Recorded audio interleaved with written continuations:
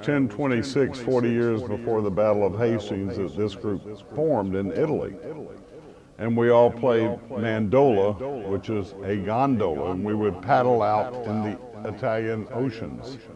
And we made a pact to come back in 1989 and understand the physics of music and Italian literature and combine them. And hello, this is Colonel Bruce Hampton, live at the Bottom Line. We're in the Aquarium Rescue. I love Chazoid. Oh, Martini. Hi, I'm Apartment Q258. I play floating ceramic surfaces, hydrophase enhanced collision devices, and a couple of drums. My name's Jimmy Herring, and I play guitar for Colonel Bruce. Oteil Burbridge. I play bass guitar. Yeah, I'm walking funny, Lord. Feel I'm fixing to die. Said I don't mind dying, boy. Hate to see my children crying. Jeff and I had met in 1985 at a wedding. Dan Wall was the keyboard player, and he hired me. And Bob Lee was on bass. So in comes Bruce with his young friend to help him set up the guitar and the amp. And the amp's only this big. Getting ready for the wedding.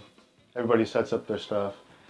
And so Dan Wall says, all right, it's time to play. We start playing. I set up a nice groove. And I don't remember. It's kind of smooth jazz, right? And so, so far, you know, I hadn't heard anything from Bruce. But we're about a half a song into it when Dan looks over at Bruce and gives him the wink. Go ahead and take a solo. And I couldn't believe what I was hearing. Something from Mars landed, and it was, I thought, just the craziest thing to be playing at a wedding. And then I looked over at Dan Wall and saw him just laughing. His jaw was open, and he was just laughing at Bruce. And so I realized Dan and Bruce have a real special relationship.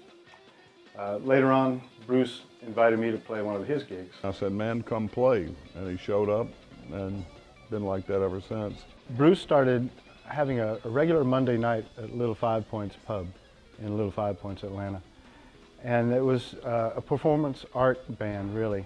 Music was just a small part of it. There was skits and antics and comedy and this kind of thing. And it was just so much fun. Really a complete departure from the real straight gigs. I knew right away that this was my calling to play with Bruce because he allowed for so much freedom and he allowed for full expression, which is a hard thing to find in any musical vehicle. So I felt like I found home right away. We found Oteil about a year later. I was doing wedding gigs and we were doing a lot of cover stuff, just trying to make ends meet, like covering Anita Baker tunes, and you know, it was just like,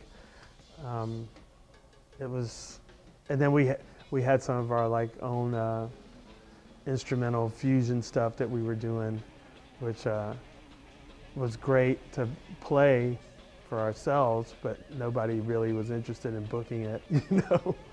I hired him as a drummer. I did not know he played bass. Actually, one of my first gigs with him, I think I was playing drums. Some weird drum kit that was just heads and it all folded up. And he played drums a couple gigs and picked up a bass, and I went, man, why don't you play bass right now and we'll get Sipe to play drums. We play every Monday night at the Little Five Points Pub. He charged them 99 cents. He was really adamant about giving everyone a penny back for some reason. And then Jimmy came about 1990.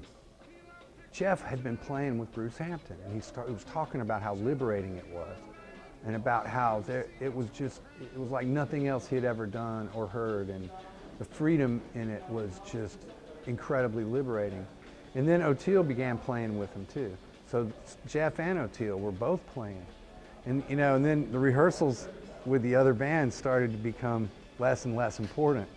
And I wanted to go see the band. I went to see the band, and I was so blown away. I was just blown away by what they were doing. It made everything else seem so silly, you know. It was almost performance art, you know, but it had a lot of really great musical things happening in it too. And then Charlie started playing with Bruce. And then at one point, Bruce invited me to come sit in. So like three of the members of that band we had that was rehearsing to try to get enough material for a gig were playing with Bruce now. And And I was like, I went to see him knock me out. Then Bruce invited me to come play one time, and man, I had my amp and my guitar in the trunk of the car, and I went in to hear the first set, just bowled me over. I was dying to play. And then I didn't, of course, invite myself to go get my stuff out of my car. I just waited till he asked me. He didn't ask me. So then I watched their second set. Oh man, I was dying. I wanted to play so bad. And then after the second set, he asked me, "Do you have a guitar with you?" And I said, I try to be all cool. Yeah, I have a guitar. You know, but inside I was going, yes, you know.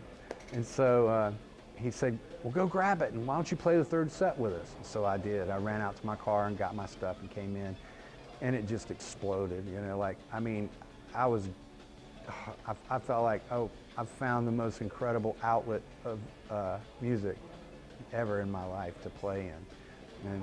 And then the next day he called and asked me if I wanted to join the band, and I said, yep.